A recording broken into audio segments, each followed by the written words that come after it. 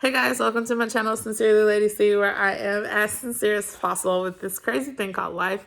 You have joined me in my living room. Thank you for joining. Please subscribe. Please hit that like button. Share it with somebody that might need some encouragement, that might been going through the same thing I've been going through, which is infertility, IVF, and now motherhood.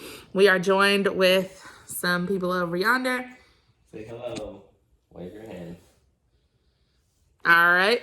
So they really are not a part of the page, but just in case I need some reinsurance or reinforcements or some encouragement from my husband or Naomi, you might hear him say something. But anyway, I am on here to tell a quick story about when Naomi was born. And after the C-section, when we were in the C-section, Naomi was born and she was having trouble breathing. They showed me my baby and was like, hey, we got to send her to the NICU because she's not breathing correctly. Whoa, nobody ever wants to hear that. And when I was on the C-section table, of course, you can't move or anything. But in my particular case, I wasn't able to touch my baby at all. You know how some C-sections where they bring the baby over and get the skin to skin to the cheek or somewhere right here. Now, my baby went straight to the NICU. Gregory did get the newborn picture.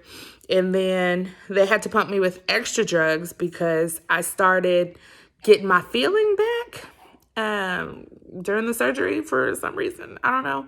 But I was trying to tell the people that, hey, this is starting to hurt, starting to get pain. And she was like, is it just pressure or is that pain? And I was like, pain. And then I started squirming and squiggling. And then finally they called somebody in to give me some good narcotics. So they pumped me with something. I don't know. But it was some good narcotics going on. You want to say something? You trying to say something? Yeah. Say hi.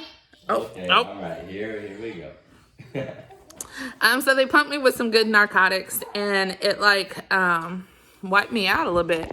It was like time lapse. I don't know when I came to, but when I did come to, I was like, what just happened? I didn't even know that they were giving me extra drugs. I just had somebody new next to me holding my hand. It was a guy. I don't know. At first it was a woman over on the left side, and then it was a guy. I don't even know when he came in, but I know my husband was on the right side. And I just felt like a whole day passed by, really. But it was some good drugs, and I'm very appreciative because I did not want to keep feeling what they were doing to me down yonder in the C-section. But he said it doesn't happen to people often, but some people, they do feel the deep tissue, whatever they were doing. And I was the lucky one to feel it. So, but I got some good drugs out of it. But I came on here to explain that crazy things that happened. She was taken to the NICU. It was her lungs and kidneys that were doing some crazy stuff. She couldn't breathe correctly. She was on breathing tubes, and there's just a lot going on. But at that particular time, I had to step back from text messages or trying to keep people up to date. And for this diary, what I really want to encourage people that if you're going into labor or anything traumatic in your life, loss or disappointment or whatever trauma, you don't owe anybody anything. Like, do what's best for you. So at that particular time, and I don't think I should apologize either. Like, I literally had to stop texting people. And I would say that everybody that is probably like going into surgery, going into labor, or giving birth or something, have a point of contact. And of course, my point of contact was Gregory. But that happened afterwards. I wish I knew that before I was going to give birth, just to say Gregory is that point of contact where everybody would just talk to Greg instead of me, right? But I think we did that to the first surgery when I was getting my fallopian tubes taken away. We set that up when I got my fallopian tubes and the fibroids taken away, that Greg was that person to contact. My mom, dad, and best friends, everybody close to us messaged Gregory instead of me, which I don't know why. We thought everything was going to be perfect when Naomi was coming. So, but I had to step back because they received the message that she was born. They received her firstborn picture. So, and then I started getting congratulations. But I was so discouraged because I did not have my baby. So the congratulations didn't really feel like congratulations because I knew she was in intensive care and I did not know what was going on with my baby. All I knew is that she wasn't breathing correctly. I'm kind of getting emotional a little bit.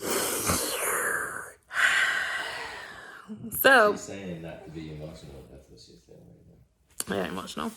But I had to stop I just really had to stop texting people because then even family, best friends, I would want to keep them updated. But then in reality, I hardly didn't know what was going on. I couldn't even explain it. And then it seemed like every hour things were changing, or every half a day things were changing, or every day something changed. And I just could not keep up. And plus I was trying to recover and I was trying to figure out pumping. I was discouraged pumping because I thought I was just going to be producing, but started off with Q-tips. And that's on another story. I'll tell y'all about those adventures later.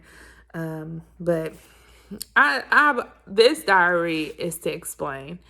One thing I wish I would have done was, one, let everybody know to contact Gregory and not contact me at all. But I didn't know I was going to be under some really good drugs. Anyway, that's one. Two, not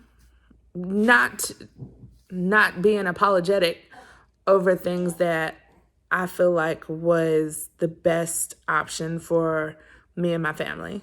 To put my phone away, to not text back, to not post on Facebook, to not social media anything, and to just be there in the moment, trying to figure out what's going on with my baby and to heal.